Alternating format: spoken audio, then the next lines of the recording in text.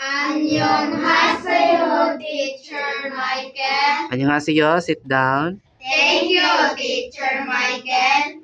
Okay, so class, since that we already discussed yesterday and the other day some trivia or fun facts about Korea. So let's try to remember the fun facts or the trivia from South Korea.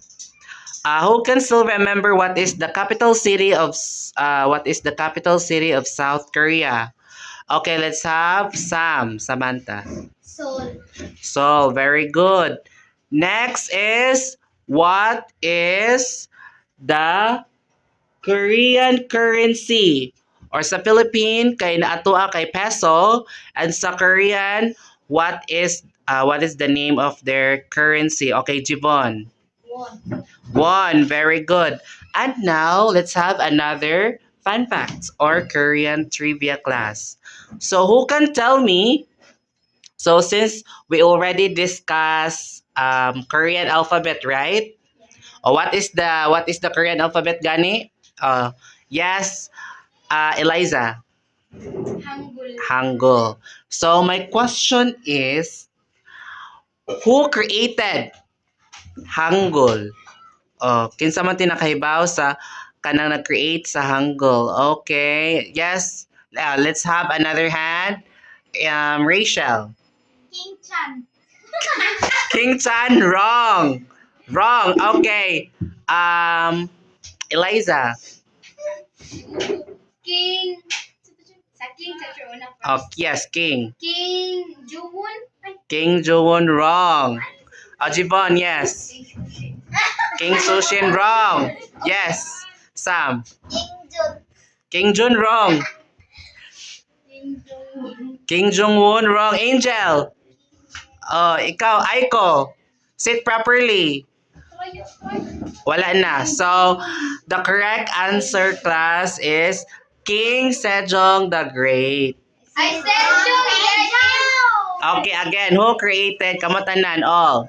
Who created the Korean Hangul? King Sejong.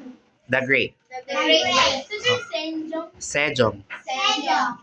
Sejong. Sejong. King Sejong. King Sejong. The Great. The Great. Again, King Sejong the Great. King Sejong the Great. Okay, very good. So now, since it's what day gani ron? Friday. Thursday. Thursday. So we will have our math class. Next question, math question, 2 digit times 1 digit, 2 points for sa Eliza, 1 point for Angel. Easy question. 10 times 9. Yes. 90. Very good. 3 points. Another easy question. 11 times 5. Yes. 55. Okay, very good. Easy question. 13 times 5. Yes. Oh my God. 5. Teacher! Wait, teacher! 52! Wrong. 55. Wrong. 5. 65! Very good. 65. Okay. If makakuha pa si Eliza, okay, stop na ang game. And then ikaw, kaya mo sit down ka. Okay? Hindi, napakay chance. Napakay chance. Okay. This one. 13 times 9. Yes. 236. Wrong. 117. Okay, very good. Clap your hands, everyone. Fourth na nga question. 11 times 4. 44. 44, very good. Next. Next. Ayun na lang mo pag abanti class. Okay, backward. Kamutanan backward para maigo mo sa cam. Okay, next question. Pinakalisod. 13 times 4. 34. Wrong. 44. Wrong. 846. Wrong. 86. Ang game. Okay. Easy question. 10 times 7. Yes. Very good. Another easy question. 1 point for Aiko. Quiet. 11 times 4. Yes. 44. Okay, very good. 1 point, 1 point. Another easy question. 12 times 7. Kinsa na kauna? Aiko. 12 times 7. 5. 5. 4, 72. Wrong. 3. Sure. Di na mo. Yes. Manaka. Next, give chance to Althea. Yes, Dai. Ito. 12 times 6 naman. 12? Yes. 86. Wrong. Aiko. Wrong. Yes. 96. Wrong. 12 times 7 ha. 12 times 7. Wrong. Dagko na kayo na. Yes. Althea. 85. Look. Sir. 86. Wrong. Yes. Balik ako lang.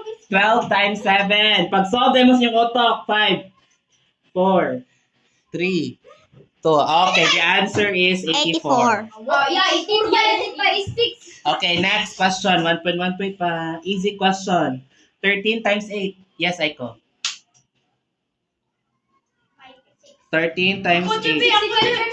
Wrong, yes. 107. Wrong. Paubos. 106. Lower. Higher. Okay. Dito. Balik ako ng question. 13 times 8. 13 times 8. Yes. 104. Okay, very good. 2 points for Althea, 1 point for Aiko. Yes, okay, another question, class. Easy question. 11 times 8. Ako. Is it an Aiko? Hindi. Very good. 2 points, 2 points. Okay. Next, easy question. 10 times 9. Yes, Althea. 90. Okay, very good. Easy question. Now, wala yung maara diha. Sir, bill teacher. Gawin tayo yung teacher. Next is we have Jibon and Rachel. Okay, easy question. 10 times 5. 50. Stop shouting. Next. 11 times 7. Yes. 77. Next. 9 times 10. Oh, ikaw. 90. Okay. Next. Very easy. 13 times 9. Ah, yes. Okay, very good. Next. Don't touch Jibon ha, kaya para makaisa siya talo. Next. Very easy, Rachel. 9 times 12. Oh, ikaw, Rachel. Pag-iap na yun. Wrong. Oh, yes. Okay, very good. Next. 1 point, 4 points kay Jibon. Next, we have very easy ha. Very easy. 10 times 7. Oh. 70. Very easy ha. Very easy. 13 times 8. Jibon. Okay, very good.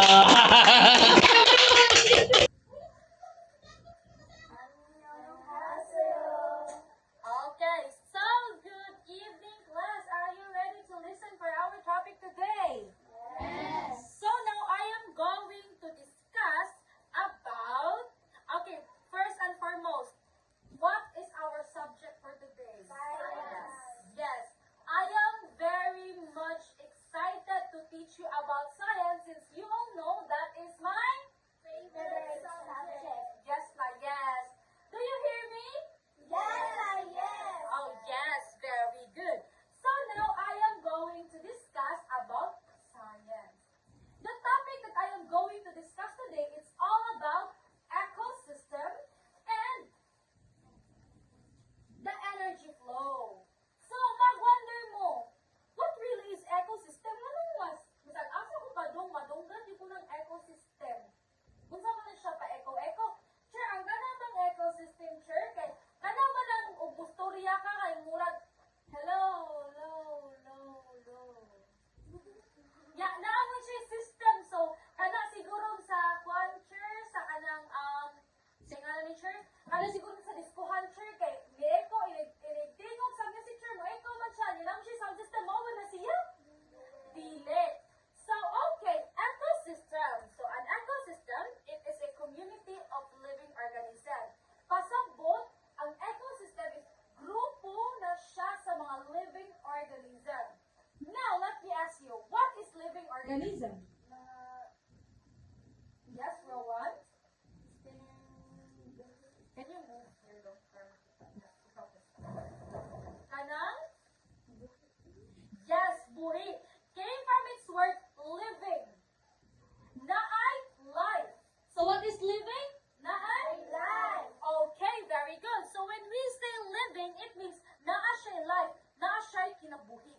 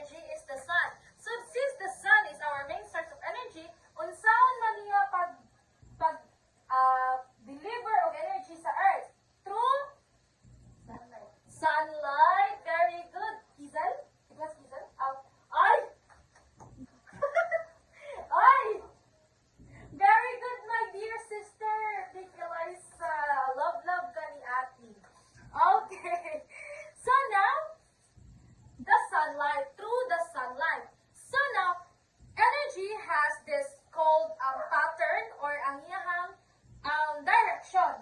So first is we have the sunlight. So the sunlight will go through our producer.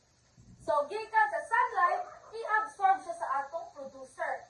What are the producers? So we have the plants. Producer, guys, means it is a living organism that produce their own food. Sila mismo ang magbuhat silang own food through photosynthesis. So there is only one living thing in this world that produces their own food through photosynthesis. Sure, unsa man sa ng photosynthesis? Kadaghan ba ka ng sure ba aning science sure? Guys, in simple terms, photosynthesis is a way a plant produces their own food through the sunlight. For example, maingan yung mama, na, palihog ko pa init, pero gunaan ka ng tanong kay para mabuhi. Nga nang may yung mama na, it's because guys, magkuha ang plants o food gikan sa energy sa sun. Yes, magkuha siya o food gikan sa energy sa sun. So, it means, or in simple terms, ang food na ginakaon or ginakonsume or ginadigest or kinahanglan sa plants is ang energy sa sun. So, yes. So, first, what sa ito ang una sa direction or sa pattern sa ato ang energy flows? We have the sunlight and the producer. So now, since nabuhi man ang plants, kay nag-consume or nagkaon siya og food, gikan or nagkaon siya og kanang energy gikan sa sunlight, kaonon pud ang plants sa animals. So, kay di ba nakabantay mo ang mga animals, either the cow, or even as humans, mukaon ta og plants.